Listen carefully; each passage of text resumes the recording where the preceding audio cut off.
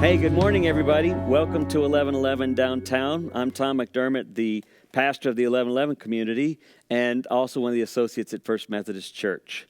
I'm so glad that you're with us this morning, and want you to take a minute to register your attendance, of course. If you want to give online, there's a space for that. We always appreciate that. If you're visiting with us for the first time, I'm really glad that you're with us and chose to be with us this morning. We want to send you one of these tumblers, our 1111 tumbler, and one of our face masks as well. We need to get your address. Please let us know that you're with us. Send your address along with the registration, and we get you one of these this week. We appreciate that, and hope you find our time together this morning inspiring and engaging. Listen, Brad's with us this morning, so I know you're going to have a good time. I'm actually giving our service this morning a special title, which is Now It's a Party. And so we're going to have a fun conversation. Brad's music, though, he's going to do is some seriously inspiring music, and we're going to have a chance to take a look at that and what's inspired his life as well. This morning, I want to ask you a quick question before we get into the service, and that is what you think about in-person worship. Already, First United Methodist Church has done some in-person outdoor worship services with the gathering at 9:30. There'll be another one this morning, or it's already taken place. There'll be another one next week, and I think the week after that, and then maybe we're going to take a look at what happens within the sanctuary in person. But I want to hear from you what you think about in-person worship and how you're feeling about that right now. Please email me, send me a text. We'd love to, or visit with Sharm as well. We'd love to kind of know where you stand on all of this. So let us know. Listen, this morning, Jakey Cabe's going to start our service off with the welcome candle. After that, Sarah Harris, who is the United Methodist Women President for the First Methodist Church, she's going to give a little bit of information about United Methodist Women. This is United Methodist Women Sunday, and they do so much work, have been a big part of the Methodist Church for generations, and they do so much around the country and around the world in terms of missional work. So it's really important, and we're so grateful for the UMW and all their work. She's going to speak to that in just a minute, and then we'll be back with music from Brad and with my conversation with Brad. So glad that you're with us again. Blessings to you. We'll see you in just a minute. Good morning. I'm Sarah Harris. I'm the United Methodist Women's President here in Fort Worth. And today is UMW Sunday. And typically that means that we are all over the church talking to ladies and asking them to join our organization. So since we can't do that, I thought I would tell you a little bit about our organization and see if I could get you to join or donate to our causes. With close to 800,000 members worldwide, UMW is the largest denominational faith-based organization for women. And this year, we're celebrating over 80 years just here in this church, which is amazing. Such a long history. From our beginning, we have focused on ministries for women, children, and youth. In fact, we raise money each year for missions, including First Street Methodist Mission, Methodist Justice Ministries, the United Community Centers, Methodist Children's Home, our children's ministry here at the church, and several other organizations as needed in our community and our church. So all of the money that we raise comes right back here, back to Fort Worth for the people that need it. Unfortunately, because of the pandemic this year, we were unable to have our fundraiser in April. So we're doing what other organizations are doing, and we're trying to get creative and finding ways to raise more money. So October 23rd through the 25th, we're going to have an auction online, and you can donate to our cause, and we send this money directly to those organizations. So we hope that you'll join us for that. In addition, we have our luncheons every month. You'd think because of the pandemic we're unable to do that. What we're doing is we're getting creative, and we're having Zoom meetings, and we also have recipes that we send out for people to try. And so it's a lot of fun to get together and talk, and we have programs that are very, very, very good this year. In fact, our theme for this year is moving forward in God's grace and wisdom. And so we're trying to focus on moving forward during this pandemic and putting God first. And so we have several people that are going to come and talk to us and help us with those initiatives. We have smaller groups that they call circles, and these groups meet each month. And every one of them have different themes and different age groups, and you can find the one that is best for you. I'm a very unlikely person to be president of UMW. I'm not somebody that you would think would be in this position. But God calls us to do things, and maybe God's calling you to join us today. I hope He is. If He is, then give Lisa Helm a call, and she can get a hold of me, and I'll give you a call, and we can find the right place for you. Or just join one of our luncheons the first Tuesday of the month from 11:30 to 1, and it's a Zoom meeting, and you can find us online on the church website. We hope to see you. Thank you. Come, whoever you are, wanderer, worshiper, lover of leaving, it doesn't matter. Ours is not a caravan of despair. Come, even if you have broken your vows 1,000 times, come yet again. As we come to this time of prayer, I would invite you to get comfortable, to take a deep breath, and to hear these words. Good and gracious God, we are weary. We are weary of Zoom meetings, weary of divisiveness, weary of violence, weary of isolation and uncertainty and disappointment. We're tired. In so many ways, we are experiencing a sense of brokenness that is like a slow leak. And we're anxious about where this will lead or where this will end up. We feel broken. And yet, even in the broken, maybe only in the broken, can we begin to see possibilities otherwise hidden from us. Maybe only in that broken can we see connections to strengths and revelations of gifts that we had not begun to explore. Even in the weariness, and even in the broken, there can be joy, surprises of joy.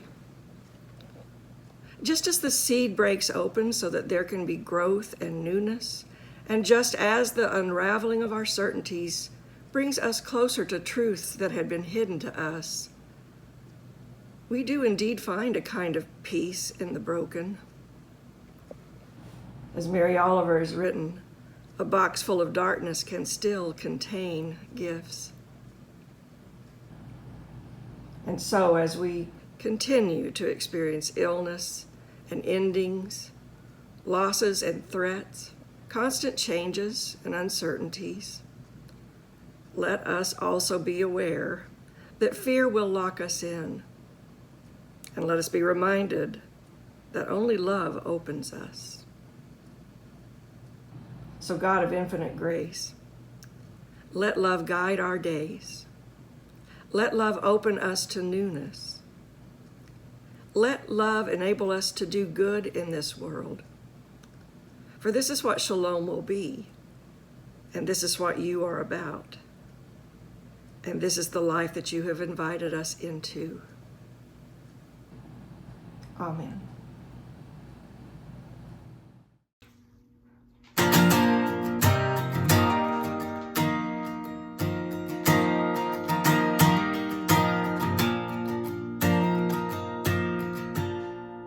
The water coming down leaves a hole in the stone. It wears away the root of the finest tone, soft as a feather, but constant as the sunshine. There are things that only come with time.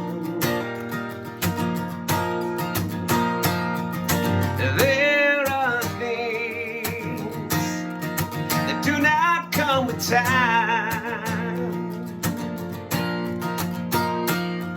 like knowing all the reason and the right.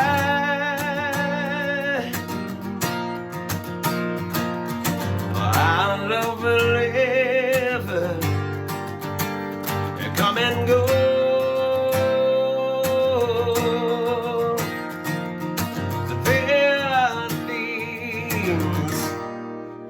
Time will never show.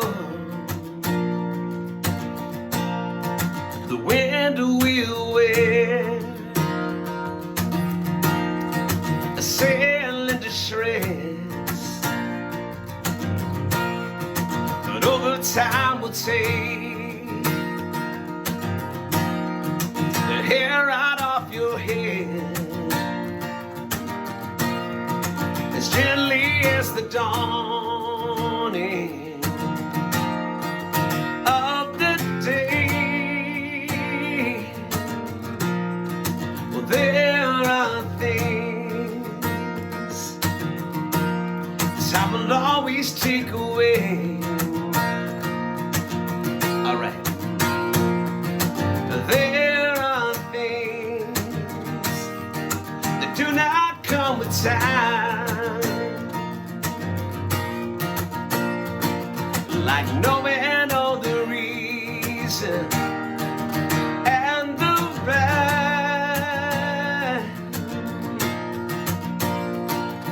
But wisdom isn't guaranteed to grow.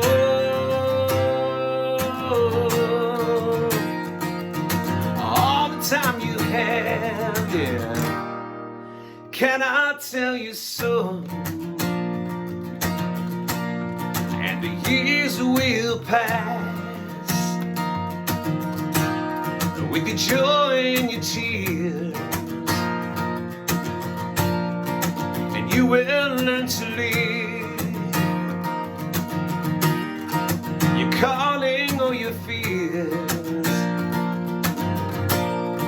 Well, time won't make you better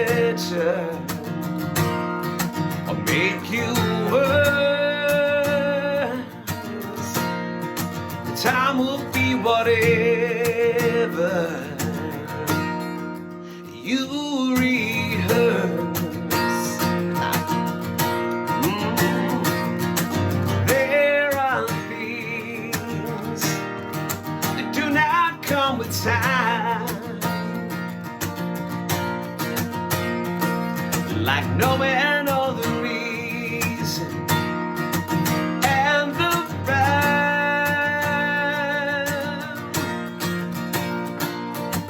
Learn to love someone, learn to hate.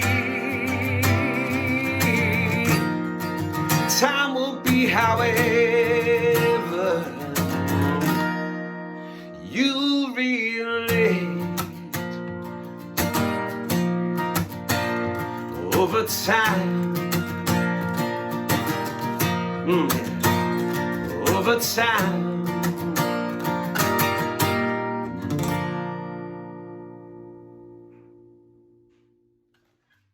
Hey, everybody, it's good to be back with you. I'm so excited about this morning, and because we've got Brad Thompson with us.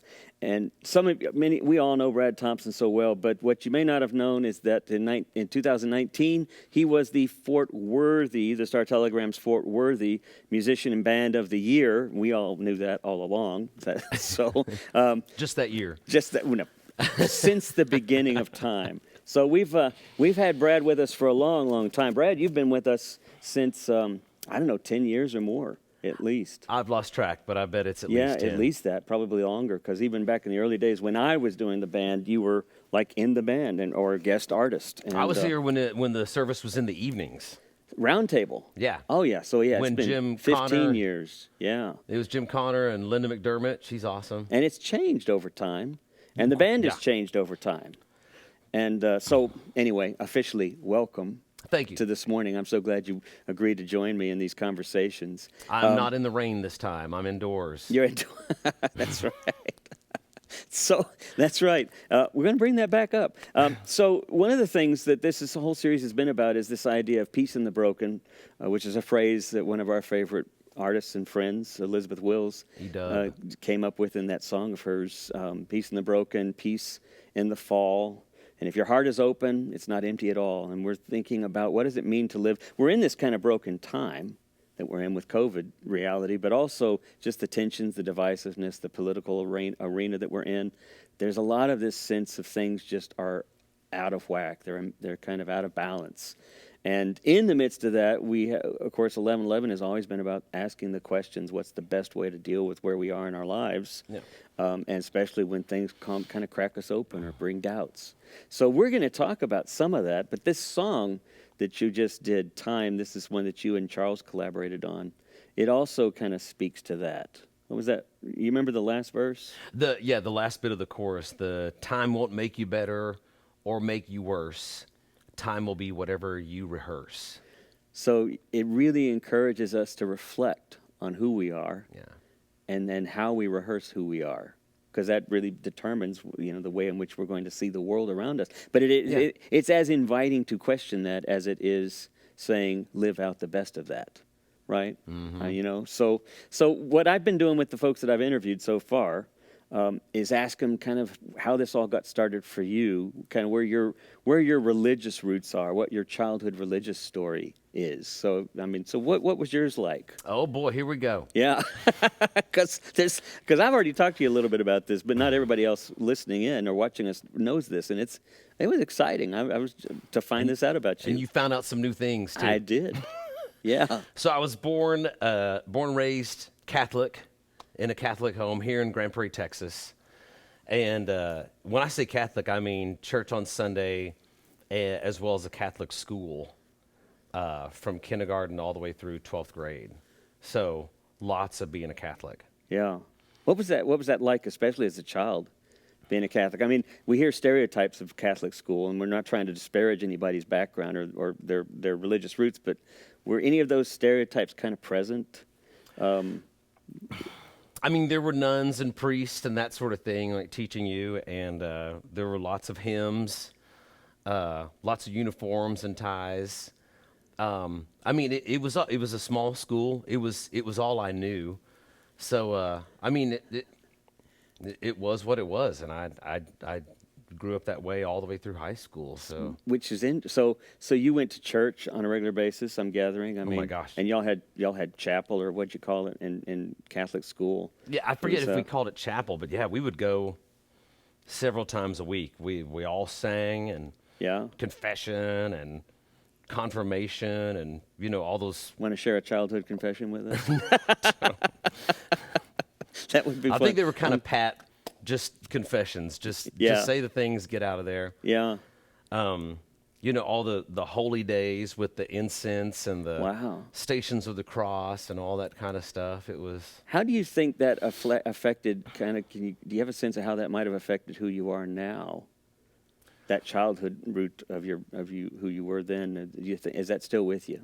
I'm certain it is. So you're constantly reliving the stories of the New Testament and Jesus. So you get really familiar with some of the stories. I'm not saying I know all that much, but you did become familiar with a lot of stuff like that. And so I think that was. And then when you get older and you kind of see the deeper meaning to some of these stories and the things that happen in the Bible, you kind of get another glimpse of stuff that you grew up with, like as far back as you can remember, the Noah's Ark story and all that kind of stuff. It was always there. Yeah. So was there ever a time as a child that this came into question?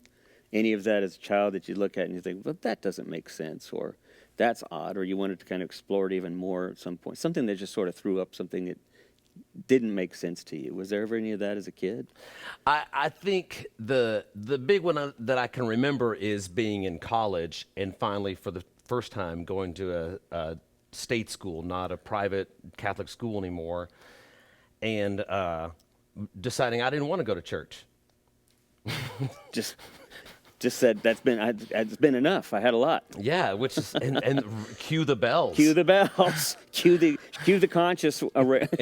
Yes, guilty conscience here. So I don't think I don't think it was that terrible of a decision, but I did think that after 12 years of really being in it, seriously, it maybe sort of a natural instinct is to want to break from something like that. And so I wasn't part of any church organization from early college until, later on as an adult. So Yeah. I did come back, but there's still like a decade there where I wouldn't say lost, but just sort of, sometimes you're just like,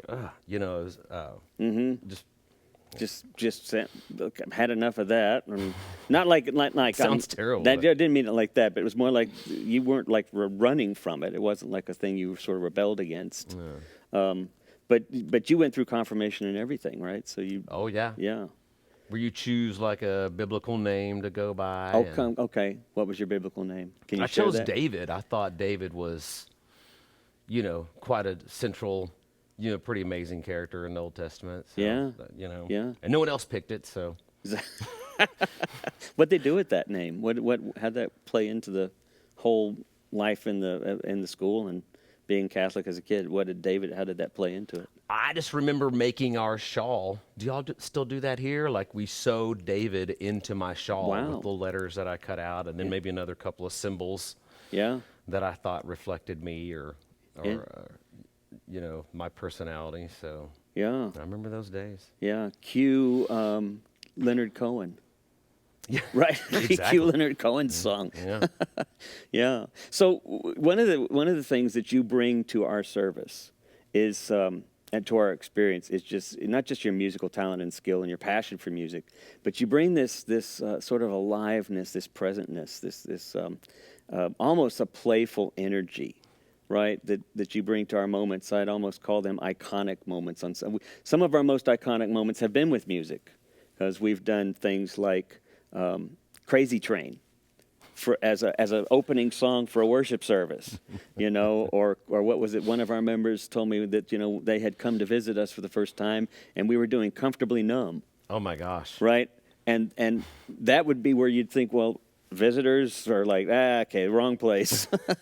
And it was like, that was the deal. That was what sealed the deal. When you're going to play a song like that and then make a connection to that, I'm sticking around. Pink Floyd or Ozzy Osbourne. Yeah, because it's like that's where they are. They're in this place. So for me, it's kind of this curiosity I have about you is, how does that tie in with your childhood musical influences? What were some of those musical influences in your life?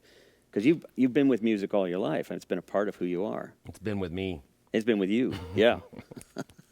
I think, like we were talking earlier, my first experiences of playing live in front of anybody was at church.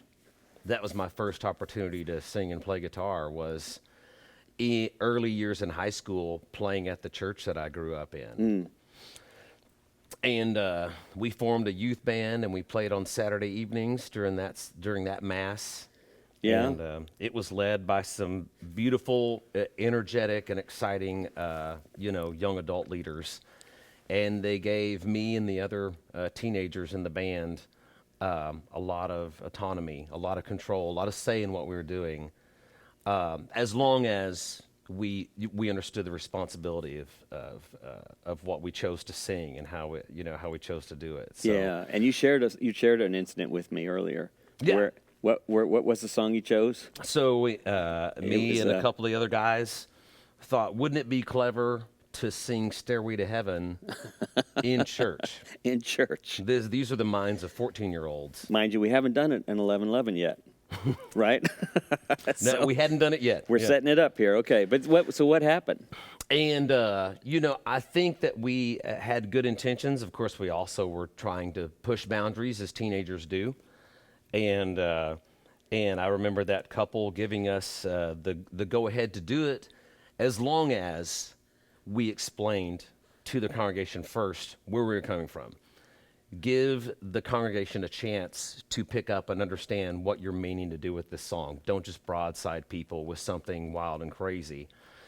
If you give them a chance to understand what you mean, then I think you've got a chance to actually let some music convey something through you. And so we prefaced the song, and you made clear that we felt strongly about this. It wasn't a joke, and we wanted to sing the song in its entirety, and we performed it. And not everybody was happy with it. Really? Surprise? But it was. I think it was a great lesson. The experimenting in church, the breadth, the amount of music that is available for you in church to reach people. Yeah. Beyond a hymnal, which obviously there's many hymns we love to sing and play for different occasions. But and what I found striking about it was that revealing to me was this connection's almost full circle. Is that's almost an MO for us in 11:11, is to introduce these songs that sometimes hit you from, they come at you from a different direction. They bring the theme at you from a different direction, and introduce this idea that spirit, that God, the ground of our being, is present in all of these lyrics.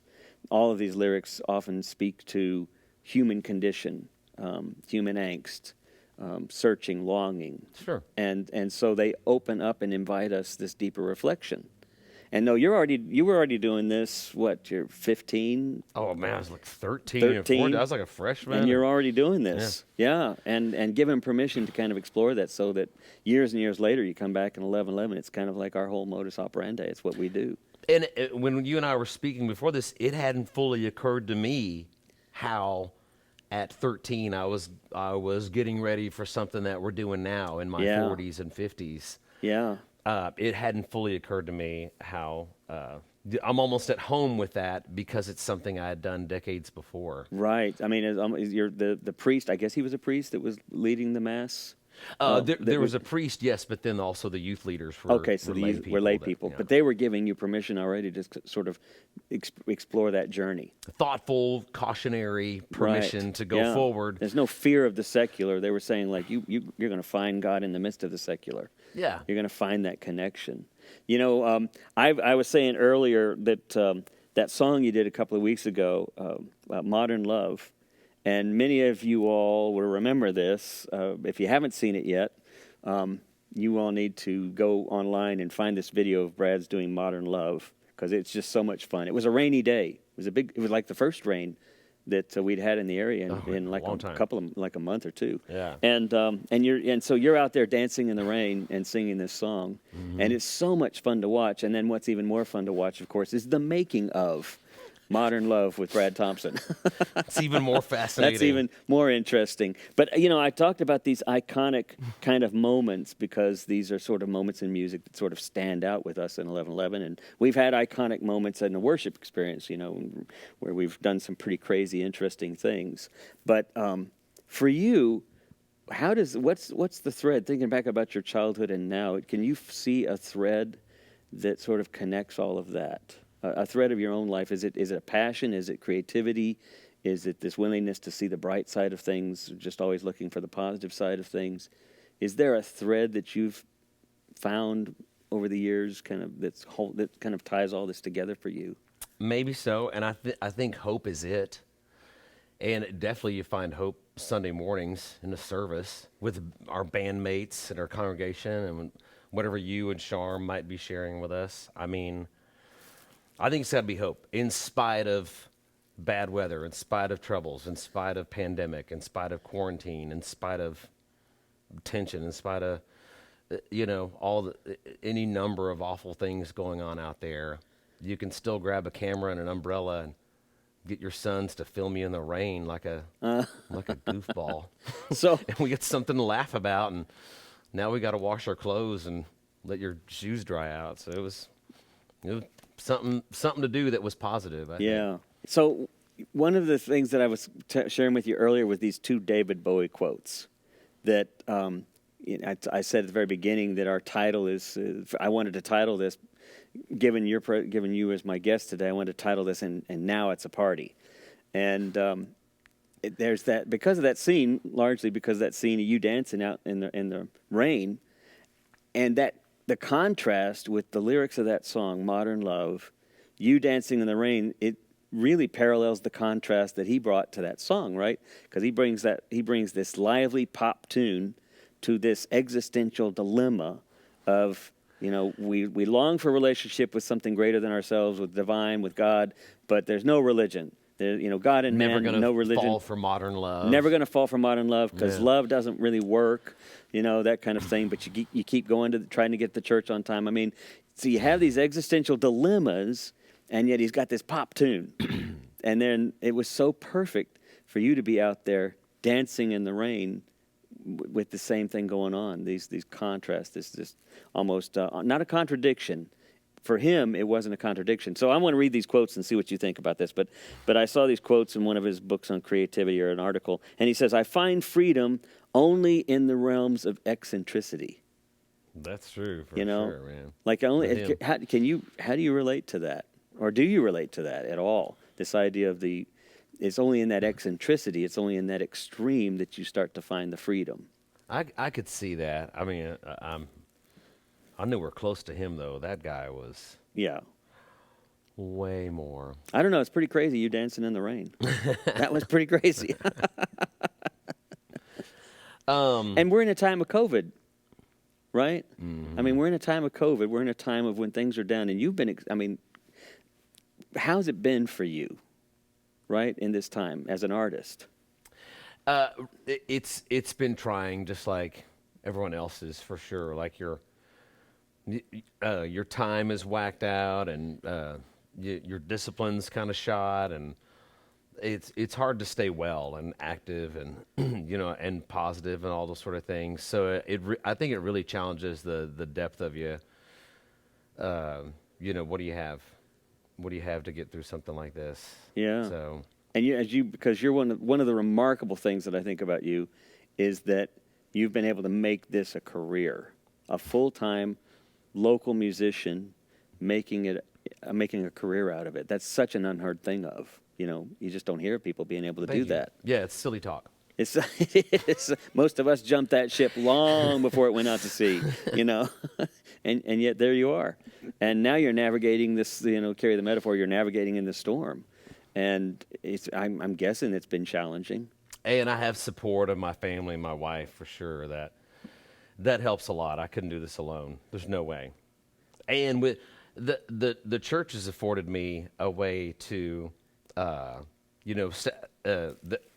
for a lot of this whole COVID time, the church was the only income that I had, and it allowed me to still be creative during the times when I felt least creative or that I had anything to give at all. Yeah. So I was really and still am really thankful for that. Every week I've had an outlet to do something musical. Yeah. To still have camaraderie with the band, even though I don't see any of them. I get to collaborate with most of them every week. Do you think they've found some excitement in all of this? I hope so. I mean, you've found this new avenue of creativity in videography, in creating these music videos that were never part of who you were as a musician. I mean, they were limited. You'd do some music videos, but not in this kind of context. Not to this extent. Not to this extent, yeah. And every week I get to check in with most of the band. And, a lot of times we call each other when there's something we've got to sort through that wasn't just right or whatever. So yeah, that's been a pretty great way to just stay in touch with the band, which is kind of my job. I couldn't imagine spending 7 months and not playing music with them. Yeah. And even folks that we haven't involved, like Jim Miller, I called him the other day. We got to visit for a little bit. Yeah. It was great. Good. It was great to see Yeah. and talk to him. No, this from the very beginning, just as a quick side comment, from the very beginning with your involvement, the work with the band has been about a community. It's always been about sort of this spiritual community that they rely on each other for. And I think you see it in the Facebook comments and stuff when they talk about these videos that they've created together as well and celebrate that. I was going to read this text from Gospel of John, which is one of my favorite Gospels because it really speaks of more of the mystical sort of side of who Jesus was. This is 2nd century writing, right? So it's not part of the early Gospels that were written in the 1st century. And here at the 2nd chapter of John, you all know this story, the wedding at Cana. On the 3rd day, there was a wedding in Cana of Galilee, and the mother of Jesus was there. Jesus and his disciples had also been invited to the wedding. I just love this idea, this scene. They're all invited to a wedding. And when the wine gave out, the mother of Jesus, Jesus' mother, came and said, they got no more wine. And so Jesus said to her, what concern is this of mine? Why is this of a concern to you or to me? My hour has not yet come. And his mother says to the servants, do whatever he tells you. I guess she figures something's about to happen. And standing nearby are 6 jars of water for Jewish rites of purification. Again, remember, this is a mystical gospel, so all these things have kind of symbols to them, have associative kind of symbols to them. So there's these large jars of water for purification holding 20 or 30 gallons. We're not talking about a little bit of water. Whoa. And then Jesus said to them, fill the jars with water. They fill them to the brim, and then he says to them, now draw some of it out, take it to the chief steward. And when the steward tasted the water, what he tasted had become wine. And then as the story continues, everybody gets the wine, and then the people in the party are saying, this is so odd. And the steward even says this, because the good stuff is always served at the front. Right, the party you get the party started with the good stuff, and then toward the end they can't taste the difference. They're all drunk, right? So, it says that here in the story they're all drunk, and yet here you've saved the good wine. So you got to think this wine's pretty good if you can distinguish just how good it is, but you're kind of drunk at this point after having a few glasses. What is the story all about? And I don't know. I don't really know to just say I really pretend to know exactly what this story is about. But there's something about this idea that now it's a party, right? It's the idea that now it's a party. The good stuff is yet to happen. Yeah. It just resonated with me with this idea that David Bowie had said, I find freedom when I'm willing to go to the extremes, when I'm willing to become a little more eccentric, take the leap, if you will. And that's kind of what I see in you that you've done with this time that you're in. you've taken the leap. I remember when I was doing camp work and I invited you to come join and start doing camp singing, and you shared with me That's extreme. that was a whole new reality for you. Mm-hmm. But you take these leaps. So I'm just praising you now. I just say you remind me of that kind of person who just leaps out there, right? In spite of where we are right now, you kind of leap out there and try to see the best and be the best. Well, and, thank you. Yeah. There's plenty of times I don't leap, and I wish I would have. So it's good that I do leap on occasion, at least. Well, so we close with, I want this last question that I've asked everybody is, how are you staying grounded then in this time? In this is kind of a broken time that we're in. How do you stay grounded to kind of live into this unknowing? I dive into work, which can be good for some bit of time, more of a distraction, I guess. And then connection with people is really, really it. Just getting up here and seeing you and Charm and any connection at all with my family or with friends or anything, that really is what's keeping us buoyed and going through this, And I got to say that's got to be a lot of it. And you're not finding any challenge for you. How do you stay creative? And then I'm being creative in different ways. Going and discovering how to shoot video with a little, gimbal thing that you buy at Best Buy, and you turn it on and it goes all crazy at you, and then we spend an hour messing with it, and then, then look, we've got a floaty camera thing we can use, and it's waterproof. Let's go. Yeah, everybody needs to go back and watch the making of video that you did to see some of that chaos. I want to use it some more. It'll be fun. So, listen, I appreciate you being with us this morning and sharing some time with us and sharing your thoughts with where we are with all of this. We look forward to the next thing that you're going to do for us. Kind of take us out with this last song that you're going to do called Roll Steady. Yeah, song I wrote for this record that I'm releasing right now. Has a new record out. And Roll Steady, I wrote at the end of last year, and I was shooting for like a Michael Franti kind of a song. It has a steady beat and a positive message, and simple structure. I think there's a lot of magic there, and that's what he does so well.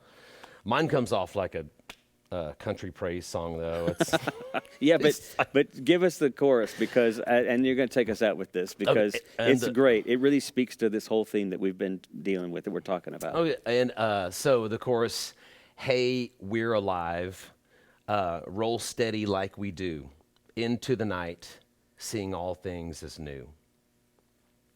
Thank you very much. Thanks for being with us. Thanks for asking me. Brad Thompson.